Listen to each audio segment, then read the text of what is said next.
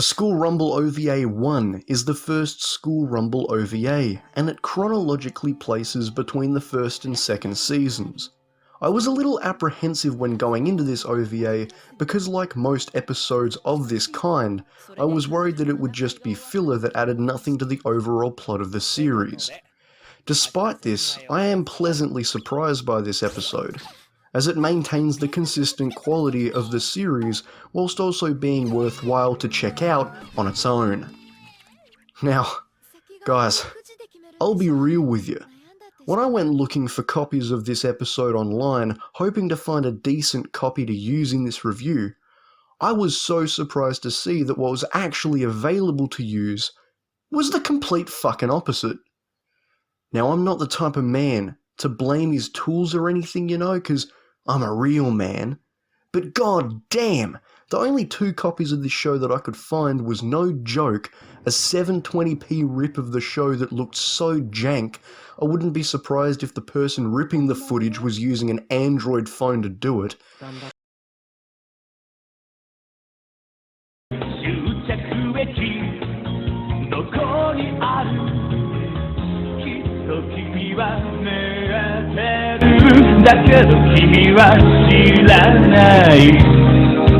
And a 1080p rip that looked alright, but had fucking Espanol subtitles under it instead of English. Now guys, I'll be honest with you, I had to make a choice between the two lesser evils, and it wasn't easy. But you know what they say, we can't always get what we want. Like my dad said to me once when he sat me down to eat broccoli for din-dins one night. He said to me, "Son, shut the fuck up. It's either 720p or fucking taco subtitles. Don't be a fucking baby."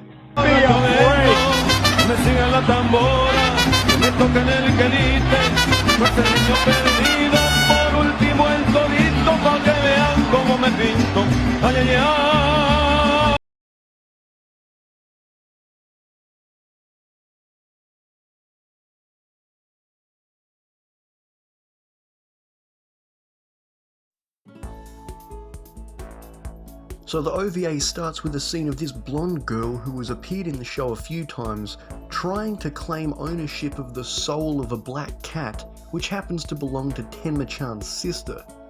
The cat says fuck no and scrambles to find its rightful place, on the lap of Tenma-chan's sister, who's sleeping so elegantly on a publicly accessible park bench. I gotta give it to her, she's got some major cojones to sleep in such a precarious place, where anyone from the public with a permanent marker on their person and a dirty mind could simply work their magic.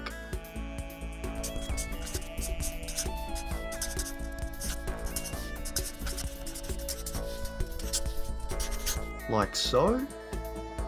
But you don't need to worry about a thing, because everyone thinks she's so fucking cool sleeping there and legitimately can't stop gushing over her beauty and grace. So if anyone was to do what I just did, you best believe someone's going to get their fucking wig split. The blonde girl looks on with jealousy as she was just rejected by a cat, and the brief scene ends. I feel like we're going to see more from these two soon enough.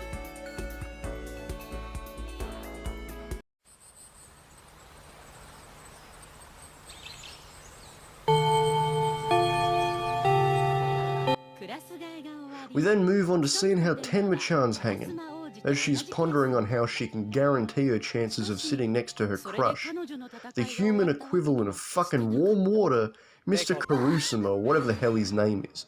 I really don't like this character too much, so I genuinely could give less of a fuck. She begins running the maths in her head and figures out that she has about 8 different tables that she could be sitting at to be within his general vicinity. That is, of course, if he's sitting in the 2 middle rows of the room.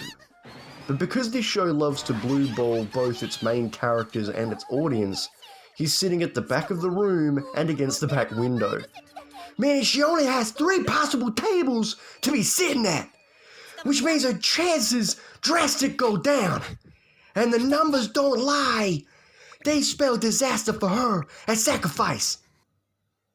Fuck's sake, Tenma, this dude's the human equivalent of missionary sex. He's fucking boring.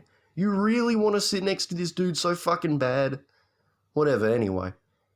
When the time comes to pick her table number out of the bag, she sees a card that has the number 9 on it, which is the table directly in front of him. And because she's a dirty little cheater, she grabs it with no hesitation. Good shit, my girl. You gotta break a couple omelettes to make some eggs, if you know what I'm saying.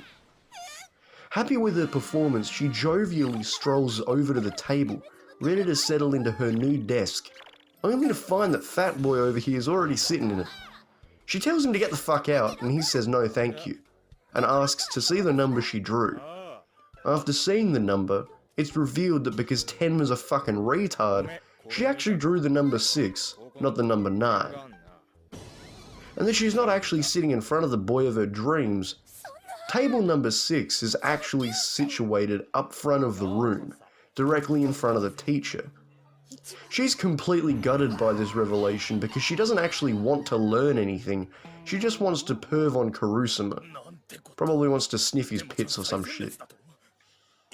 Not one to miss out on a good opportunity, Harama uses his Sigma male grind set to sit next to Tenma-chan himself, by claiming that he can't see the board because he's short-sighted. The fucking things a man will do for love is unbelievable. The student in his place is happy to oblige because he doesn't want to sit up the front of the class either, and now Harama is sitting next to the girl of his dreams. The plan is almost impenetrable.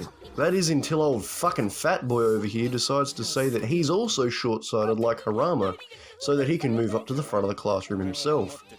Tenma jumps at the opportunity to move back to the seat she was originally going to sit in, leaving Harama stranded up the front of the classroom. 目が悪かったのか、ハリマ。なんだ、サングラスか。道理で見えねえわけだ。He threatens the kid that he swapped with originally to have his old seat back, next to Tenma, at the back of the class, and everyone finally gets what they want. But if you ask me, the person who gets the best shake of the stick is Fat Boy over here. He doesn't want to move to the front of the class because he's actually short-sighted. He wants to move to the front of the class so that he can get a good look at the sweet-see figure of the class math teacher. He even drops a Bruce Willis one-liner and everything. What a king. まあ、男と女も同じようなもんだな。近そうで遠い、遠いようで近い。特等席だな。